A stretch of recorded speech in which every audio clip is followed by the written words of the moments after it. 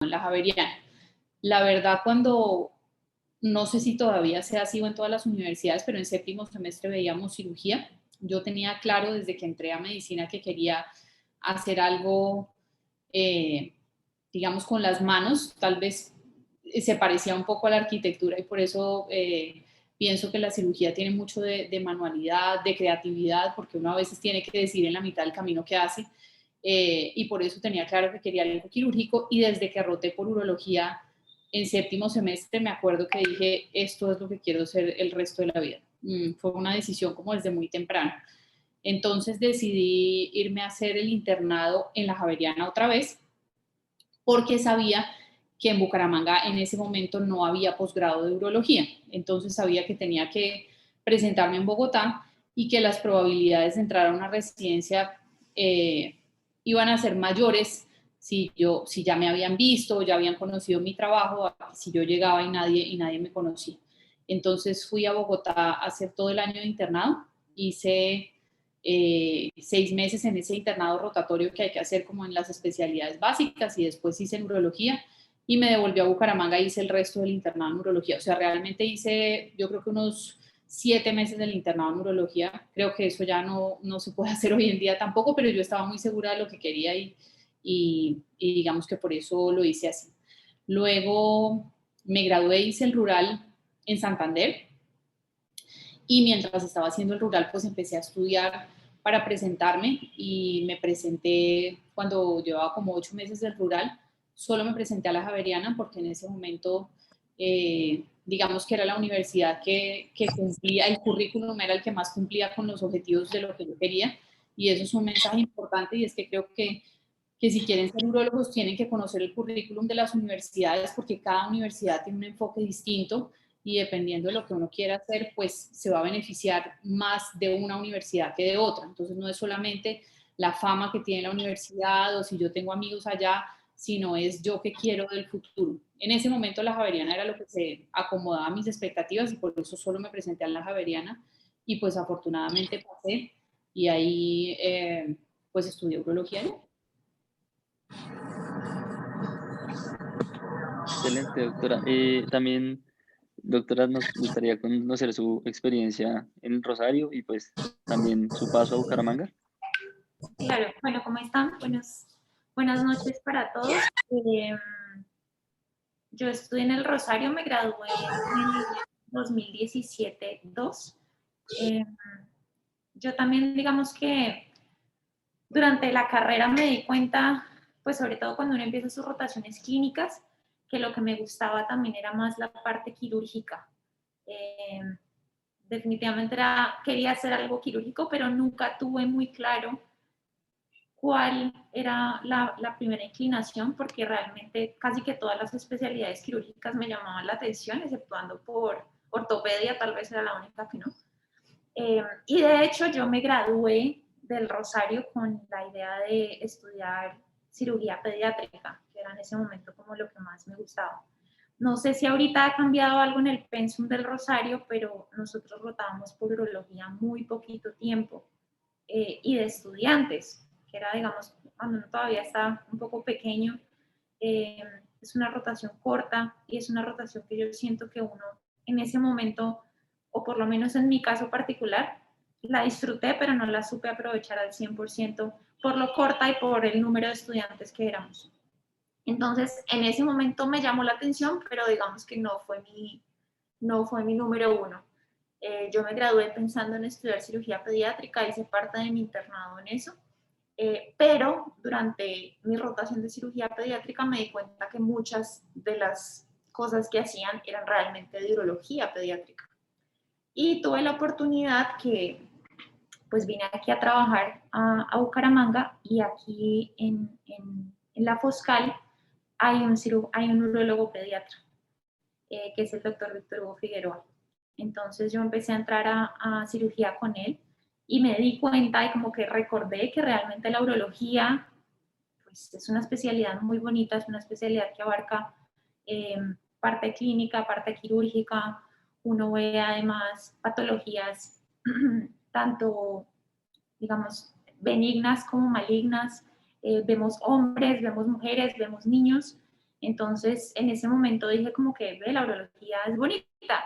Y empecé a entrar a algunos procedimientos de urología y ahí me di cuenta que yo no quería ser cirujana pediatra, sino que quería hacer urología. Esa es básicamente la historia de cómo me decidí por hacer urología. Listo, muchísimas gracias. Tomás. Listo, muchas gracias, doctora. Doctora Tovar, aparte de la recomendación de conocer el pensum de las universidades, ¿qué otra recomendación le podría dar a un estudiante que esté interesado en dedicarse a la urología o aplicar a la residencia de urología? A ver, una de las, digamos, de las cosas que yo pienso, no para urología, sino en general para las especialidades quirúrgicas, es que uno tiene que tener clarísimo que tiene que tener una habilidad manual. Muchas veces eso se olvida un poco y uno dice, no, a mí me gusta esto y puedo saberme todo el libro y puedo investigar, pero es importante saber que gran parte de nuestro, digamos, de nuestra actividad diaria está en la actividad quirúrgica. Entonces, uno tiene que autoevaluarse y saber cuál es su capacidad manual y si su capacidad o su destreza manual no es la mejor, pues tratar de hacer cosas para mejorarla, ¿no? Clases de piano, pintar, bueno, alguna cosa que haga que uno suelte un poquito más la mano.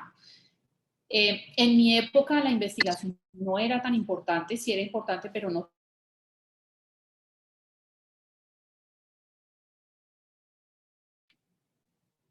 ¿Ahí me oye? Sí, doctora. Ya, ahora sí. Entonces, creo que hoy en día un punto muy importante para ustedes es la investigación. Entonces, eso que están haciendo, digamos, de tener un grupo como un semillero, una cosa de interés, es clave, pero es importante que de eso haya un fruto táctil, es decir, que tengan producción intelectual, que tengan artículos, porque digamos que muchas de las personas que se presentan ahora dicen, no, yo participé en el grupo, no sé, en el semillero de la Universidad Militar. Bueno, ¿y qué escribieron? No, pues revisamos temas. Eso es muy interesante, pero es, digamos, tiene mucho más peso que ustedes hayan participado en un trabajo de investigación. Probablemente para ustedes es difícil hacer solos un trabajo de investigación, pero ustedes pueden apoyar a un residente de la universidad, ustedes a ayudarle a recolectar pacientes para los trabajos de investigación y que los pongan de autores, así sea de último autor, eso les va a ayudar bastante. Digamos que saberse toda la urología antes de entrar es muy difícil, pero si es lo que uno quiere hacer, pues obviamente hay que revisar las cosas básicas, ¿no? Yo no les diría que se lean todos los libros y que se lean las últimas guías, porque para eso están los 4 o de pronto 5 años de residencia, pero sí hay que saber de la patología básica, porque en las universidades donde hacen un examen de conocimientos, pues obviamente eso va a ser importante. Yo creería que eso es como las recomendaciones que les podría dar específicamente para urología ahora. Ah, bueno, y otra cosa que ha tomado mucha fuerza es inglés, ¿no? Entonces, el que por alguna razón esté un poco flojo en inglés, sea para la especialidad que sea, pues creo que es algo a lo que hay que trabajarle mucho porque eso quita o suma muchos puntos a la hora de presentarse. Listo, muchas gracias, doctora. Continuando esa temática de cómo entrar a la residencia. Nosotros en el internado nos dan 6 meses de lectivo. ¿Le parecería que sería una buena opción meter 6 meses de urología o cree que se podría complementar alguna otra rotación que pues podría servir? ¿Tienen 6 meses de urología y los otros 6 meses de qué son? El internado obligatorio que es ortopedia, medicina interna, cirugía Ok. general, urgencias, pediatría y ginecología. Pues digamos que lo que yo hice, que fue hacer casi 6 meses, si uno lo ve en retrospectiva es un poquito osado, porque nadie garantiza, yo puedo querer ser urólogo o cirujano, lo que sea, pero nadie me garantiza que vaya a entrar. Y primero voy a ser médico y primero voy a tener que trabajar en urgencias o hacer un rural. Y para eso, pues probablemente el porcentaje de urología que van a ver es mínimo. Entonces, si ustedes creen que hay una falencia importante en las especialidades básicas, yo pensaría que 6 meses es demasiado y que probablemente valga más la pena aprovechar ese tiempo para fortalecer rotaciones en las que hayan quedado un poco cortos, digamos, pensando ahora también en la pandemia, ¿no? Que la exposición que tenían en el internado se ha reducido probablemente, y si ustedes van a salir a un rural y no pudieron rotar por gineco y no saben atender un parto, pues hombre, eso es la prioridad en este momento más que estar 6 meses en urología. Pero lo que sí pueden hacer durante ese tiempo es, por ejemplo, lo que les decía, estar vinculados a un trabajo de investigación independientemente de en qué rotación estén, que es una forma de estar trabajando todo el tiempo.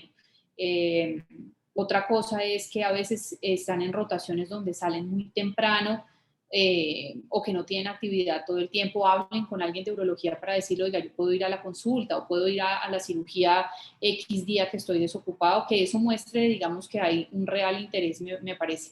El que esté absolutamente seguro y cree que tiene unas altas probabilidades de entrar, pues le diría que se arriesgue a los 6 meses. Sin embargo, es un arma de doble filo, es bastante tiempo. Ok, muchísimas Muchísimas gracias. gracias. Doctora, la siguiente pregunta estaría un poquito dirigida hacia por qué decidió tomar una formación en España. ¿Cómo buscar una formación en España? ¿Cómo fue su experiencia? Bueno, yo no quería hacer urología fuera del país porque creo que, digamos que el que se va fuera del país a hacer la especialidad es porque probablemente se quiera quedar fuera.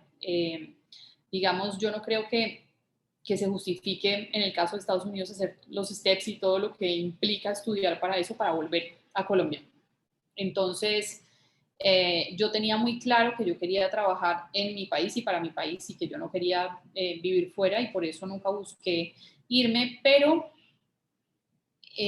cuando empecé a estudiar urología me di cuenta que me gustaba el trasplante renal y que en este país la mayoría de cirujanos que participan en el trasplante, pues digamos que son cirujanos generales o cirujanos vasculares y no son urólogos. Y empecé a investigar, y eso se debe a que la formación de la mayoría de personas del país es en Estados Unidos, donde tienen ese mismo, digamos, ese mismo esquema. Mientras que en España, que es el país donde más trasplantes hay en el mundo, la mayoría de trasplantes son hechos por el urólogo. La parte vascular, la parte urológica, las nefrectomías, todo lo hace el urólogo. Y esa fue la razón por la cual yo quise irme a España. Vuelvo y les digo, cuando uno va a hacer una rotación en algún lado, cuando va a presentarse a una universidad, tiene que conocer qué es lo que quiere.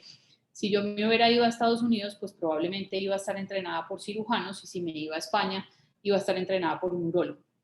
En Europa no hay fellows, o sea, digamos que lo que se conoce como un fellowship no existe en ninguna parte en Europa, entonces existen unos entrenamientos, y yo lo que hice fue irme 1 año y medio a entrenarme en un hospital, que es el Hospital Clínic en Barcelona, e hice una maestría en trasplante. Esa maestría es digamos que no es homologable a Colombia, que es algo complejo, pero lo que hace es donde uno revisa los temas más importantes y tiene que presentar una tesis, como cuando uno hace una maestría para después hacer un doctorado. Entonces, digamos que la otra cosa que me llamó la atención es que si quería hacer un doctorado, la maestría da unos puntos previos que sirven para el doctorado, mientras que si uno hace un fellowship, primero tiene que averiguar si se puede homologar en el país o no, que no es un proceso fácil, como me imagino que están enterados, y no da puntos para un doctorado.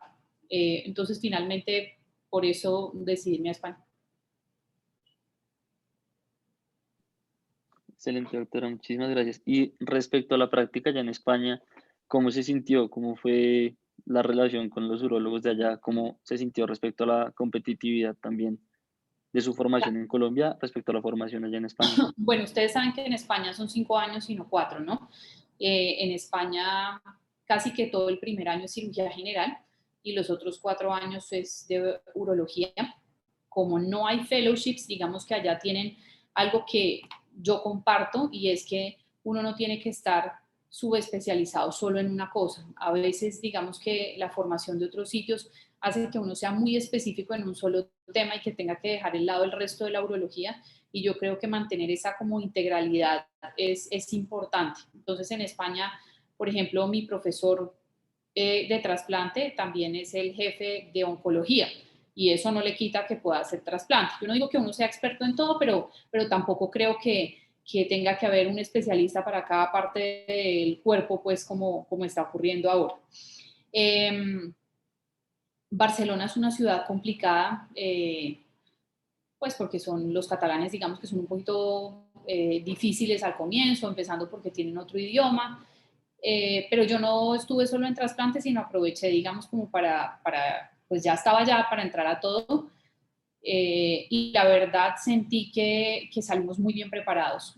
Yo sentía que no hubo nada en todo el tiempo de lo que hablaran que yo dijera no lo conozco o nunca he oído de esto o de qué están hablando. Me sentía muy bien y el problema es que ellos piensan que nosotros no tenemos la capacidad. Entonces a veces dicen, bueno, pero en tu país si hay endoscopios, en tu país si hay laparoscopia, entonces digamos que es un poquito también de llevarle la información de nuestro país a otras personas y decirles, miren, realmente no es lo que ustedes se imaginan, nosotros contamos con toda la tecnología, probablemente la misma con la que cuenten ellos allá. Así que ir allá sirve también como para dar a conocer lo que podemos ofrecer nosotros acá en Colombia. El comienzo no fue muy fácil, pero después la verdad es que creo que me trataban como uno más y pienso que es lo normal cuando llega alguien de otro lado, ¿no? Aquí tal vez somos como muy buenos anfitriones, pero en general cuando uno llega a otro país, pues inicialmente tienen que preguntar, mirar cómo está uno en conocimientos y todo, pero una vez se dan cuenta que uno está bien, pues el trato y el compararse con los demás es excelente. Sin embargo, por ejemplo, si yo me comparaba con los residentes, yo ya no era residente, ya me había graduado, pero si comparaba con lo que pueden hacer los residentes de las universidades de acá, creo que allá pueden hacer mucho menos. Por ejemplo, los residentes de quinto año hasta ahora estaban empezando a dejar de dar cámara y empezar a operar la laparoscopia, porque allá existe una cosa y es que se gradúan y son el urólogo junior y después pasan a ser el urólogo senior. Entonces el urólogo junior como que continúa la residencia, por decirlo así. Entonces realmente el R2 empieza cerrando la piel, cosas que aquí pues la hace hasta el estudiante o el interno. Entonces si comparo a los residentes, no tanto en conocimientos, pero sí en digamos, actividad quirúrgica, creo que lo superan los residentes de acá. Excelente, muchísimas gracias. Gracias, doctora. Doctora, cuéntenos un poco sobre su práctica médica actualmente en Bucaramanga. ¿Cómo está la urología allá en la ciudad? ¿Qué hacen? ¿Cuántos pacientes pueden ver? Bueno, en Bucaramanga yo trabajo, como les dije, en la Foscal, es un hospital privado, pero es un hospital universitario que está asociado con la UNAP. Mi práctica es, yo diría que un 70% práctica de lo que se ve en el hospital, que es en la EPS, haciendo turnos y operando. Más o menos un 20% en mi consultorio privado y el resto pues lo dedico a la docencia. Solamente doy docencia posgrado, en pregrado en este momento no. Hago parte pues del equipo de trasplante de esta institución. Comparto, digamos, la parte quirúrgica de trasplante con otros urólogos y también con otros cirujanos. Acá lo que hicimos es llegar a un acuerdo y entramos un urólogo y un cirujano al trasplante, que es como pues el punto medio, digamos. De mi actividad normal, digamos que hago urología general, pero tengo como un énfasis en urología funcional, que creo que es lo que más hago además del trasplante. Y ya, solamente trabajo en esta clínica, no trabajo en ninguna otra parte. Creo que, pues no sé qué tanto conozcan, digamos, de la institución y de la universidad. En este momento tenemos, pues somos la única, digamos, el único posgrado de urología en esta ciudad. Son 8 residentes, son 2 de cada año. Adicionalmente vienen los residentes de la Universidad de Cartagena a rotar durante un tiempo. Creo que lo único que no tenemos que podría encontrar en otros sitios es el robot. En Bucaramanga no hay robot, y pues en Bogotá y en Medellín hay. Pero el resto creo que tenemos toda la tecnología que tienen en Bogotá. Tenemos láser de próstata, tenemos láser de cálculos, operamos por laparoscopia, operamos abierto. Creo que lo único que nos falta es el robot. Ok, listo, muchas gracias, doctora. En cuanto a la situación de los trasplantes, ¿qué tanto se vio afectado por la pandemia en este ya casi que año que llevamos de pandemia? Muchísimo. No sé si vieron una noticia que salió hace poco, pero el número de trasplantes en todo el país se redujo mucho y eso se debe a que desafortunadamente no se pudo mantener UCIs que fueran solo de COVID, sino que tocó mezclar porque ya no había más espacio UCI de COVID y no COVID, y eso hizo que los donantes estuvieran todo el tiempo expuestos y que digamos que correr el riesgo de un donante que tuviera una PCR negativa, pero los dos pacientes de al lado eran COVID positivo, pues es exponer mucho al potencial receptor. Entonces tuvimos una bajada impresionante después de haber tenido 2 años muy buenos desde que salió la ley de presunción de donación, que eso nos había subido los donantes mucho. Entonces desafortunadamente bajó, esperemos que vuelva a subir este año. A grandes rasgos, antes de la pandemia, ¿cómo eran los números de los trasplantes? ¿Cuántos hacían El al mes, al año? 2019 en Bucaramanga hay 2 instituciones trasplantadoras, la Fundación Cardiovascular y nosotros. Y en el 2019, que fue el último año, digamos, activo, la Fundación Cardiovascular hizo, si no estoy mal, 48 trasplantes y nosotros hicimos 52, más o menos. Nosotros no estábamos haciendo donante vivo porque teníamos una rotación de, digamos, de donante cadavérico bastante buena, que no valía la pena ofrecer donante vivo, pero en este momento, debido a la situación de la pandemia, parece que vamos a reactivar el programa de donante vivo otra vez. Ok, listo. Gracias, doctora. Listo. Primero, pues, comentarles, lastimosamente, los residentes de nuestra universidad estuvieron muy ocupados y algunos no nos pudieron acompañar el día de hoy, pero aún así vamos a hacer algunas preguntas también orientadas para ellos. Justamente una de las preguntas es para las dos doctoras. ¿Cuáles serían sus recomendaciones para un residente de urología en nuestro país? ¿Sí? ¿Cómo sacar el mayor provecho a la residencia? Bueno, voy a dejar que responda primero la que es residente ahorita, que sabe más de eso que yo. ¿Me repites nuevamente la pregunta? ¿Qué le recomendarías a otra residente o a otro residente que, por ejemplo, esté a punto de iniciar o haya iniciado el mes pasado su residencia en urología acá en Colombia? Bueno, yo les recomendaría, digamos que son muchas cosas. A nivel personal, que se lo tomen con mucha calma. O sea, uno al comienzo, digamos que uno no sabe lo que es estar dentro de una residencia hasta que realmente no está, ¿sí? El tema en nuestro país de salud no es fácil de manejar y eso uno todo el tiempo se estrella frente a eso, por lo menos en los hospitales en los que uno maneja pues pacientes del régimen de salud público, ¿no? Entonces a veces para uno como médico es muy frustrante sentir que uno no le puede ayudar al paciente por trámites administrativos, por así decirlo. Y eso es difícil. Para mí fue difícil, digamos que estrellarme contra esa parte administrativa de salud. Lo segundo,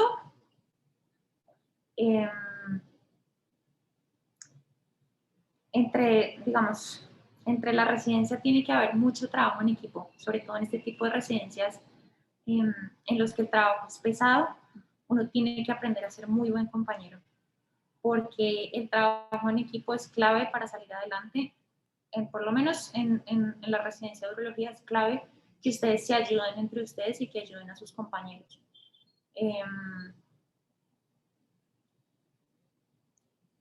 Otro consejo que les puedo dar es que al comienzo no es fácil manejar los horarios, manejar el tiempo. O sea, uno quisiera estudiar muchísimo porque se da cuenta cuando entra que uno realmente no sabe nada, ¿sí? Y necesita saber muchas cosas para poder ayudar a los pacientes. Entonces, uno quisiera tener mucho tiempo para poder estudiar, pero realmente se van a dar cuenta que manejar el tiempo no es fácil. Y uno pasa mucho tiempo en la clínica y tiene que aprender cómo a repartir esos tiempos en tiempo de estudio, tiempo de estar en la clínica, tiempo también de hacer sus cosas personales. Entonces, aprender a manejar el tiempo es vital también. No sé, yo creo que eso es lo primero como que se me viene a la cabeza.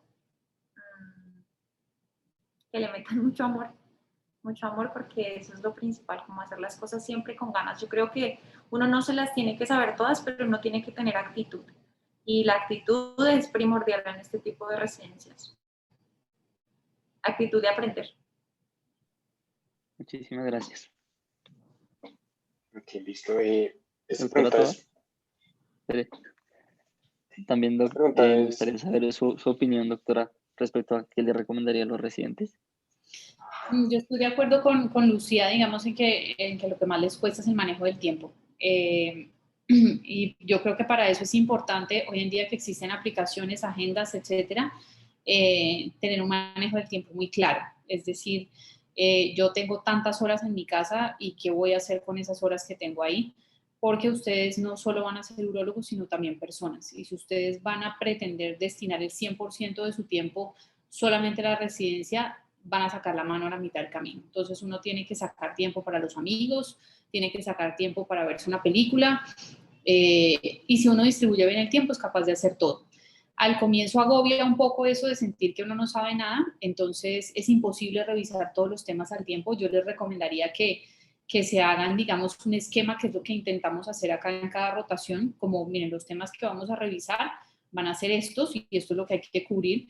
Probablemente hoy vi una cosa de la que no tengo ni idea, pero mi prioridad va a ser cubrir estos temas. Y adicionalmente aprovechar los temas que ven en la consulta o en las urgencias del día a día. O sea, si uno deja escapar a ese paciente que le está enseñando algo, pues probablemente más adelante no lo va a volver a encontrar. Entonces, si yo vi un paciente de una retención urinaria y no supe manejarla, pues voy a sacar un tiempito para revisar eso.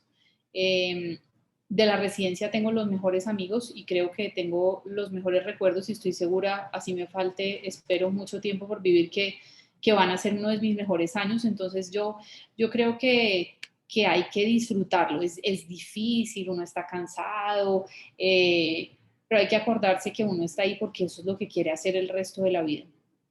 Y a veces me parece que se les olvida un poquito, digamos, como por el estrés del día a día, que están tratando un paciente. Y la prioridad de todos siempre tiene que ser que estamos aquí para ayudarle a los demás. O sea, eso no se le puede olvidar a uno jamás.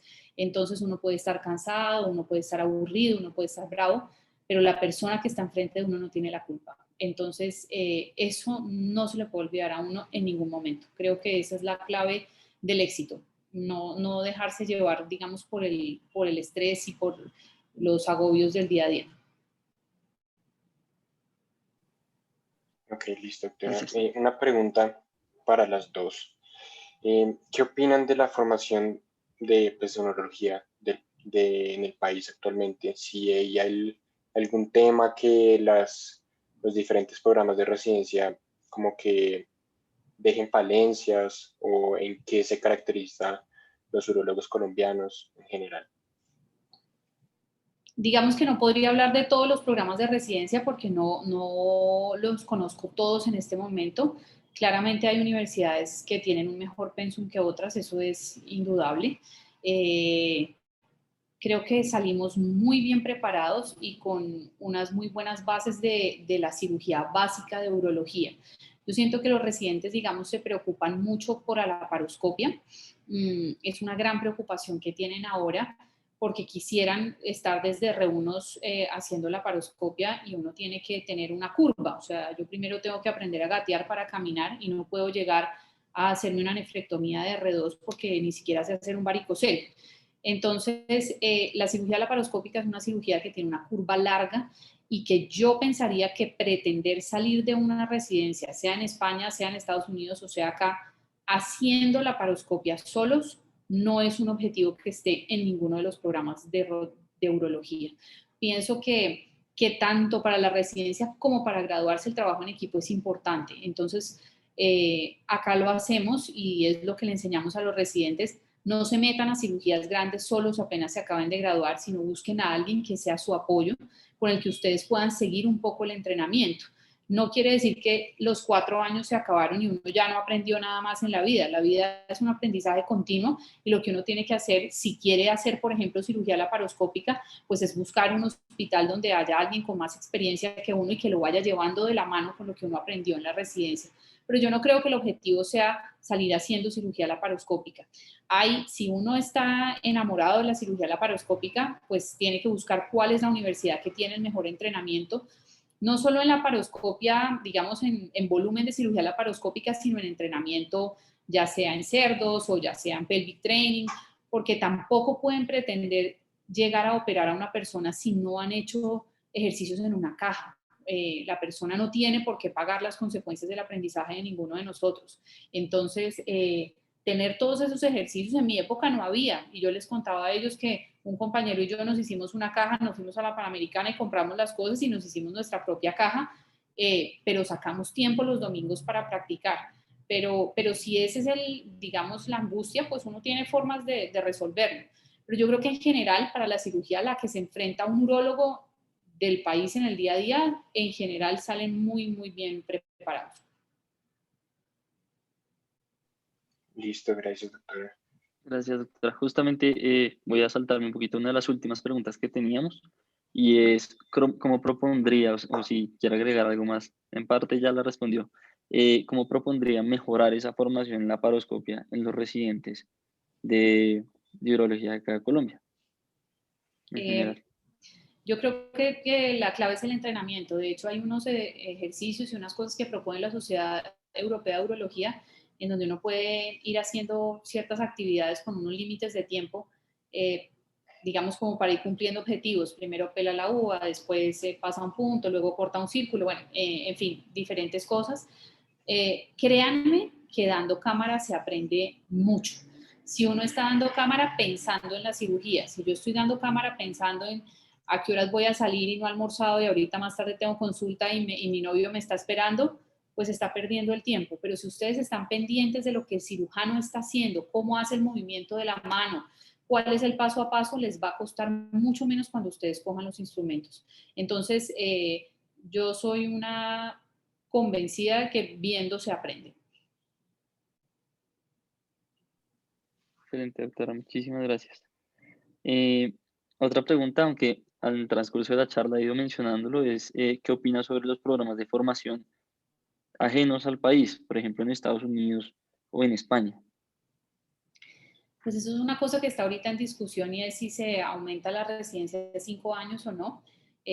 Básicamente, más que porque uno piense que no salen bien preparados, es por darles la oportunidad de poder homologar a los que se quieren ir a estudiar después afuera, ¿no? Porque, por ejemplo, en el caso que yo me hubiera querido quedar en España, tendría que haber hecho un año más, porque me falta un año. Entonces, esa es como la discusión que hay. No estoy muy segura que un año más vaya a aportar algo diferente a la formación. Creo que, digamos que el pago, afortunadamente ahora les pagan, pero pues el pago que hay para los residentes es un pago mínimo y que no todos tenemos la capacidad de aguantar 5 años pagando lo que implica estar en una residencia y ganándose un salario mínimo. Entonces también hay que pensar en el otro lado y es que la gente tiene que empezar a producir, porque probablemente algunos se casen o tengan familias o tengan responsabilidades en la casa. Entonces, pues es una cosa que está todavía en estudio, pero yo pienso que con los 4 años sale muy bien y creo que si lo hacen es solo para que se puedan ir más fácil. Listo, doctora, muchísimas gracias. También vamos a empezar a abrir como un espacio corto para preguntas del público, si alguien quiere hacer alguna pregunta adicional, pero yo tengo otra y es, hablando de la laparoscopia, respecto a cirugía robótica, ¿qué cree que hace falta? Por ejemplo, ¿qué cree que hace falta para que llegue un robot, por ejemplo, a Santander? Yo tuve la oportunidad de hacer un pequeño entrenamiento en robot en España, que creo que lo perdí porque yo ya me fui hace como 6 años y pues no tengo robot acá. Indudablemente el robot da unas ventajas que la laparoscopia no tiene y es, por ejemplo, la capacidad de rotación, digamos, de 360 grados del instrumental. Sin embargo, no estoy convencida 100% de que los resultados para el paciente sean significativamente mejores y el costo para el sistema de salud sí es mucho más alto. Entonces, que falta plata, pero cuando uno es un poco sensato y se pone a pensar si vale más la pena invertir en traer un robot o en que los niños de 1 año no se mueran por desnutrición, pues ahí empieza uno a tambalear un poquito, porque es que si estuviera demostrado que el que operaron de prostatectomía radical por robot le va a ir mejor, pero desafortunadamente eso no se ha podido demostrar. Entonces, claro, yo sería la primera emocionada en que trajeran un robot, pero creo que, digamos que con la laparoscopia se pueden suplir gran parte de las cosas del robot.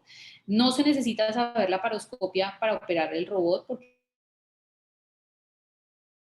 muestran que el que nunca ha hecho laparoscopia se le facilita más manejar el robot por primera vez. Sin embargo, si uno se complica una cirugía robot y tiene que convertir, la idea es convertir a una cirugía laparoscópica. Y si uno se ha saltado ese paso y no es un buen laparoscopista, pues va a tener que abrir el paciente. Entonces, ese cuento que uno no necesita laparoscopia para operar robot, a mí no me convence.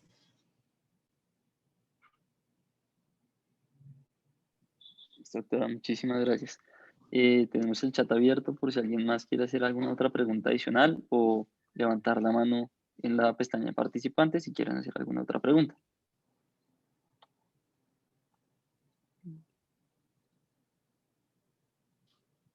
Listo. Tenemos una mano levantada. Entonces, María Paula, cuéntanos. Hola doctora, hola a todos. Yo tenía una pregunta en cuanto a lo de la residencia de España. Digamos, yo sí estoy muy interesada, digamos, en hacer mi residencia en España porque mi mamá es nacional en España, pero yo creo que mi mayor miedo es como eso, porque yo sí he escuchado que obviamente las residencias quirúrgicas en España no, digamos, sí, lo que la doctora decía que lo que un residente, un R2 está haciendo acá en España, allá es lo que hace un interno en Colombia.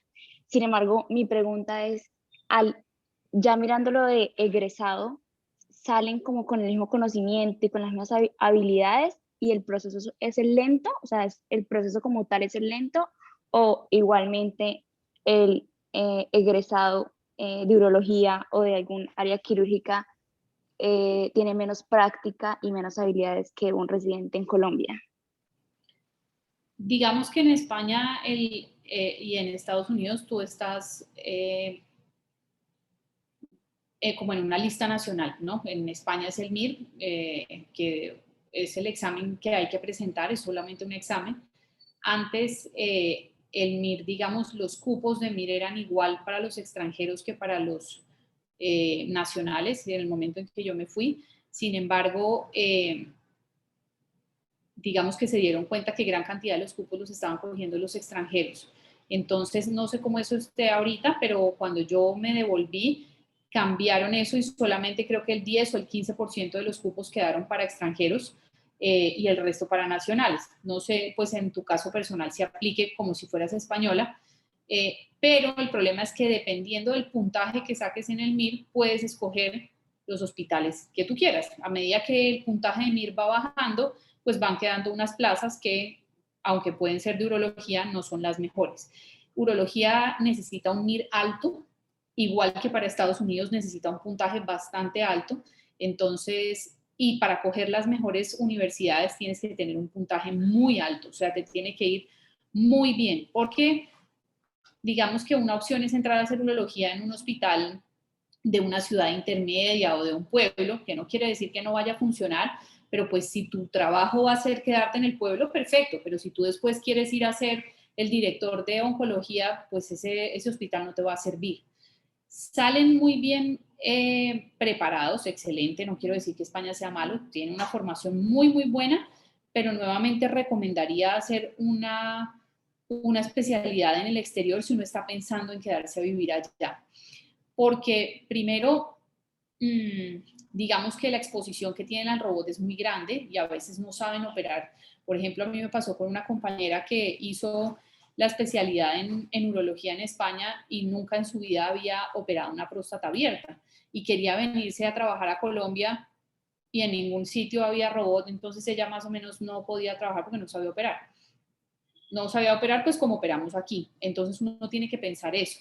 Y la otra cosa es que desafortunadamente nuestro país todavía funciona con muchas recomendaciones y muchas palancas, y si uno se va del país y luego quiere regresar a trabajar, nadie conoce cuál ha sido tu trabajo, y la gran mayoría de trabajos se consiguen con los mismos profesores o con los compañeros de la residencia. Y si uno llega en otro lado, puede decir que se graduó de la Fundación Puigvert, de donde quieras, pero nadie sabe cómo trabajas, entonces es bastante complicado para conseguir una plaza de trabajo después.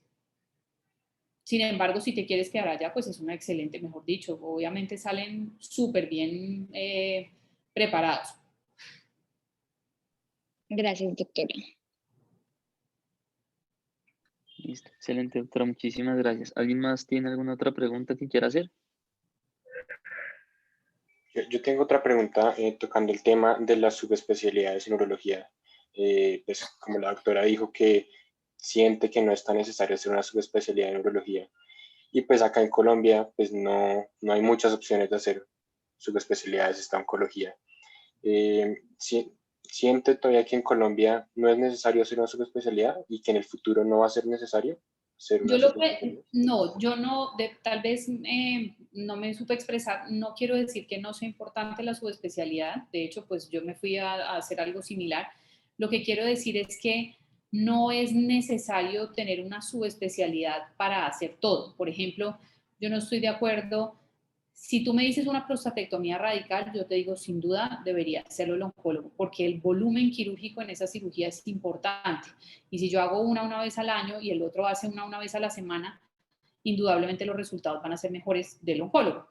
Pero no necesita ser oncólogo para hacer una RT de un tumor de vejiga. Entonces, claro que se necesitan las subespecialidades, pero no quiere decir que el que no estudió endourología entonces no puede sacar un cálculo. Con eso es con lo que no estoy de acuerdo, porque todos somos urólogos. Entonces, hay cosas, claro, por ejemplo, lo que yo hago un trasplante renal probablemente no lo va a poder hacer un urólogo porque además no estamos expuestos en Colombia a los trasplantes renales, pero una RTU de próstata la puede hacer cualquiera. Entonces, ahora la subespecialidad, digamos, lo que tiende a hacer es que el que se fue a rotación de urología de HPV es el único que puede operar próstatas, y es una cosa que hacemos todos. El andrólogo es el único que puede hacer varicoceles, no estoy de acuerdo con eso, pero la subespecialidad, claro, y es supremamente importante traer conocimiento nuevo al país. Ok, listo, gracias, doctora. En cuanto al tema del trasplante renal, ¿por qué cree que los programas de acá, de Colombia, no ven casi el tema de trasplante? Los residentes Por no lo que están te casi decía, expuestos a ese tema. la mayor parte de programas de trasplante del país están formados por cirujanos, o sea, la parte quirúrgica son cirujanos. Entonces, dentro del pensum de urología no existe el trasplante renal. Creo que en la Universidad Javeriana algo de trasplante ven, y los que rotan en Chayo, por ejemplo, en Chayo hay urólogos en trasplante, en San José hay urólogos en trasplante, pero en el resto de universidades no. Entonces, si ninguno de los profesores ha estado vinculado con el trasplante, pues no hay mucho que enseñarles. Entonces, por ejemplo, aquí todos los residentes rotan por trasplante, van a consulta conmigo, entran a los trasplantes y a los rescates. Entonces, eso digamos que es un plus para los residentes de acá, no solo para el que quiera hacer trasplante, sino porque una cirugía, un rescate es una cirugía grandísima donde aprenden anatomía retroperitoneal como nunca, y digamos que me da un poco de pesar que los otros no estén expuestos a eso. Pero una de las formas de resolverlo es o bien sea rotar en un sitio que tiene trasplante o que tengan una rotación con los cirujanos que hacen trasplante, así no sea de urología. Podría ser una forma de, digamos, de superar ese déficit que tenemos ahí. Ok, muchas gracias, doctora. Listo, doctora. Muchísimas gracias a las dos por su tiempo, por sus respuestas. En verdad estamos muy agradecidos y nos gustó mucho la actividad. Como les mencionaba, pues lastimosamente muchos no pudieron asistir, pero pues queda la grabación para poder compartírselas. Y pues en el caso de que ellos tengan preguntas, estoy seguro que se las haremos llegar de alguna manera. Claro. Muchísimas gracias por todo. Si alguien más tiene preguntas después o algo, creo que Santiago tiene mi correo, y si quieren por ahí me las pueden enviar o al teléfono, no hay ningún problema. Gracias a ustedes por la invitación. Les deseo muchísima suerte en su futuro profesional, y en lo que les pueda ayudar, pues aquí estamos para lo que necesiten. Bueno. Muchísimas gracias. Listo, entonces Muchísimas gracias, con doctora. eso concluiríamos la actividad También. de hoy. Me Doctora, voy gracias. a lo que les dijo la doctora Verónica. Yo estoy en cualquier cosa que necesiten, cualquier duda que tengan, cualquier cosa en la que les pueda colaborar. Mi nombre es Diana Lucía Garzón, me pueden buscar y hablamos cualquier cosa de verdad a la orden. Qué chévere que Doctora, hagan estas muchísimas gracias. actividades, de verdad, muy interesante. Gracias, muchísimas gracias en verdad y pues seguramente estaremos en contacto. Muchísimas gracias. Que tengan una buena noche, que descansen, Sí, sí. adiós. Buenas noches. Hasta luego. Lo mismo.